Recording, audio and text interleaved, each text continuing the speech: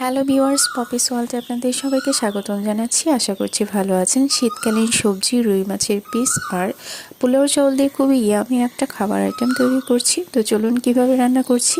একটা হাঁড়িতে সবগুলো সবজি দিয়েছি, তারপর রুই মাছের পিসগুলো দিয়ে দিলাম। একে একে মশলা, লবণ দিয়েছি স্বাদ মতো, হলুদের গুঁড়া, ধনের গুঁড়া আর দিয়েছি বিরিয়ানির মশলা আর সরিষার তেল। সবগুলো একসাথে মেখে নিয়েছি। মেখে তারপর চালটাও দিয়ে দিলাম। চালটা দিয়ে সবগুলো আবারও একসাথে মিশিয়ে নিচ্ছি।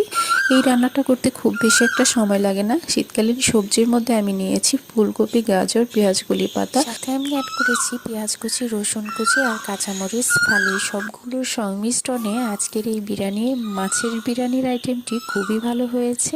খুবই ভালো হয়েছে। শীতের সকালে বা দুপুরে এই আইটেমটি খেতে খুবই ভালো লাগবে। আর যেহেতু শীতকালীন সবজি রয়েছে, খুবই ইয়ামি হয়েছে। ধন্যবাদ সবাইকে ভিডিওটি দেখার জন্য।